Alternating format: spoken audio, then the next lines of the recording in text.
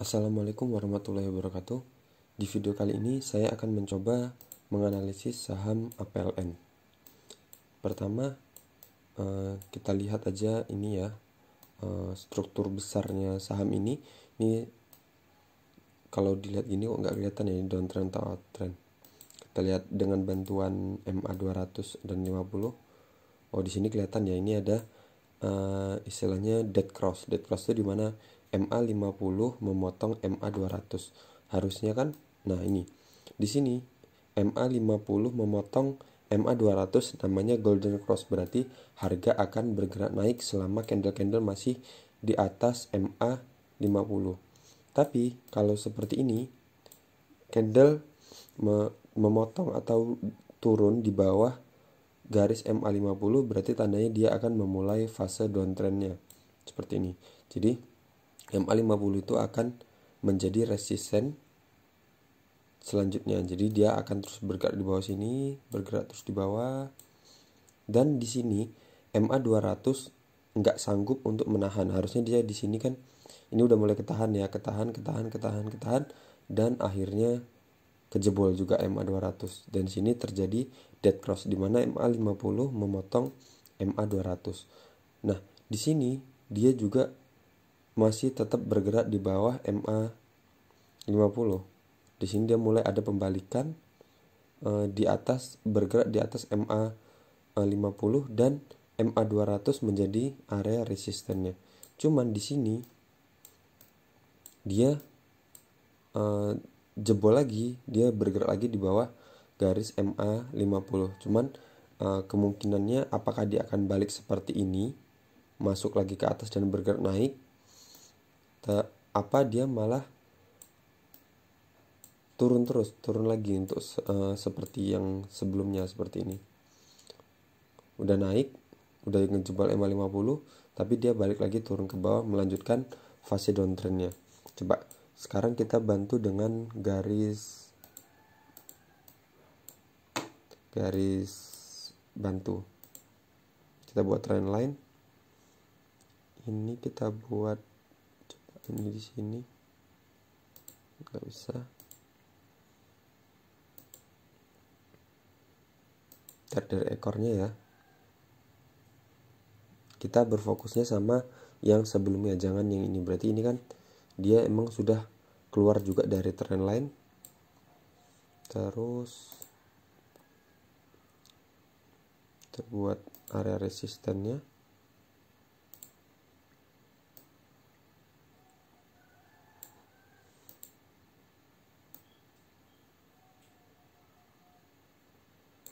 Seperti ini lebih masuk.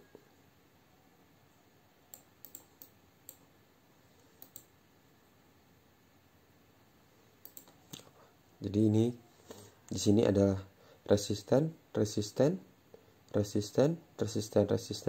Ini supportnya dijebol dan dia dua candle ini bergelantungan di area support ini. Berarti supportnya ini menjadi resisten. Pertanyaannya, dia bakal balik ke atas sini atau lanjut ke bawah sini? Oke, coba kita lihat. Ini di sini seperti ada area ya. Ini resisten kan? Dan di sini juga bisa dibilang ini resisten. Di sini ada pantulan support. Oke, kita buat area.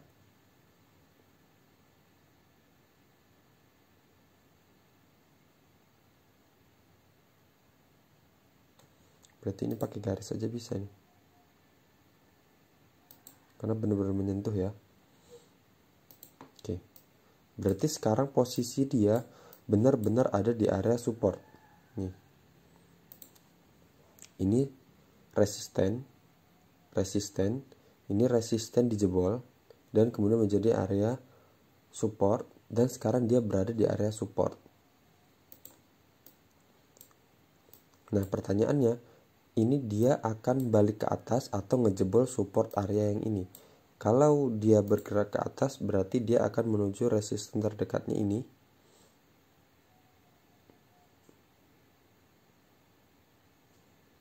Anggap aja ini.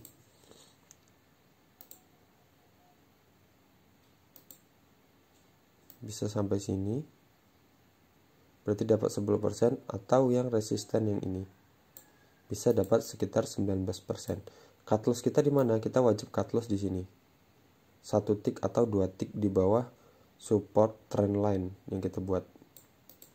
Support horizontal, garis horizontal ini. Karena kalau support yang ini, trend line yang ini, karena dia udah ngejebol ya.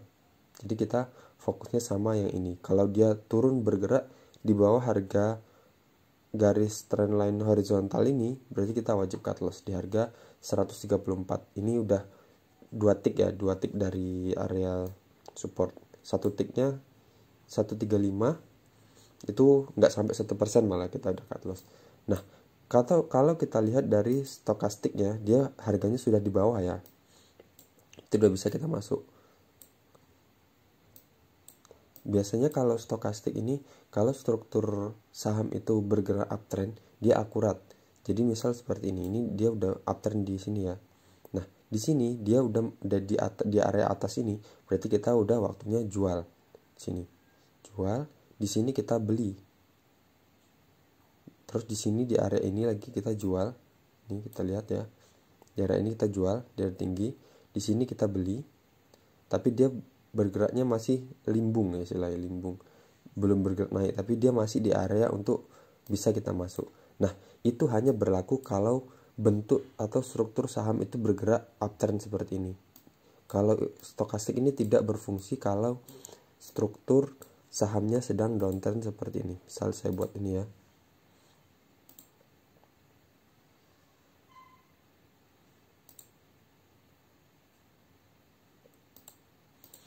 Nah, ini downtrend ya. Misal kita masuk di sini, ini beli, berarti kan tandanya kalau tadi kita bilang ini beli kan. Nah, dia sampai di sini harusnya kita ada jual. Terus kita beli di sini, misal beli di sini kita jual. Jadi dia itu di sini berarti di harga ini ya, di sini. Terus di sini dia di harga ini. Nah, itu tuh masih sejajar istilahnya. Jadi kita kalau downtrend kita beli di sini, kita beli di lower low dan kita jual di lower high. Jadi itu hampir sama, soalnya dia harganya bergerak turun. Jadi yang sebelumnya kita beli kita anggap itu support, dan kemudian kita jual di sini kita anggap itu resisten. Nah, itu tuh akan sejajar dengan support sebelumnya. Coba saya buktikan dulu ya. Misal kita beli di sini, ini harga pergerakannya downtrend ya. Ini di sini kita beli di sini. Ini di harga berapa nih? Di candle yang merah ini. Di sini saya tarik garis seperti ini ya. Nah, terus misal kita beli di sini di garis merah ini di harga penutupannya 168. Terus kita jual di sini.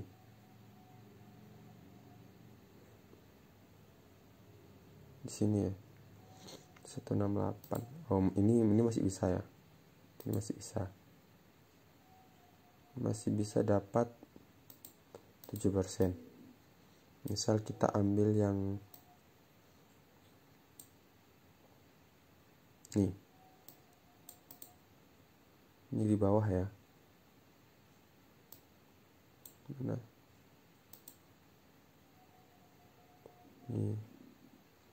Ini kita lihat sel ini. Di sini terus kita jualnya di sini.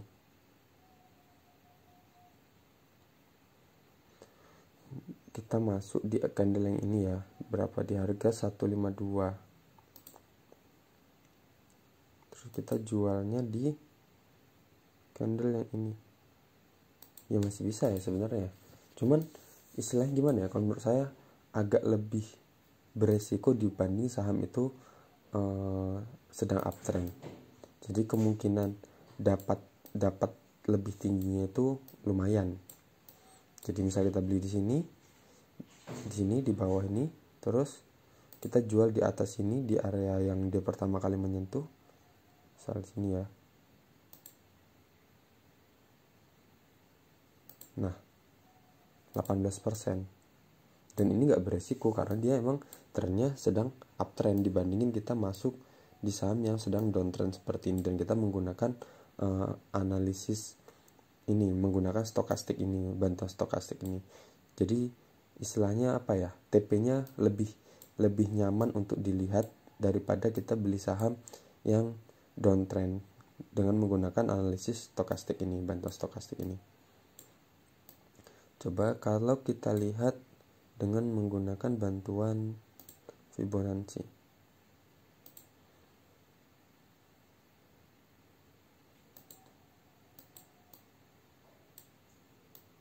Besarkan dulu. Nah, kalau Fibonacci yang seperti saya bilang sebelumnya, area yang perlu kita perhatikan adalah ini, area 0,3, 0,5 dan 0,6. Nah, di sini kebetulan dia candle ini berada di area 0,6 dan 0,5 ini menjadi resisten ya. Ini bisa dilihat candlenya ini. Ekornya ada di garis 0,5. Nah, berarti ini bagus ya, untuk potensinya masih bagus untuk kita masuk. Tapi kalau dia jebol dari area 0,6 ini, kita wajib cut loss.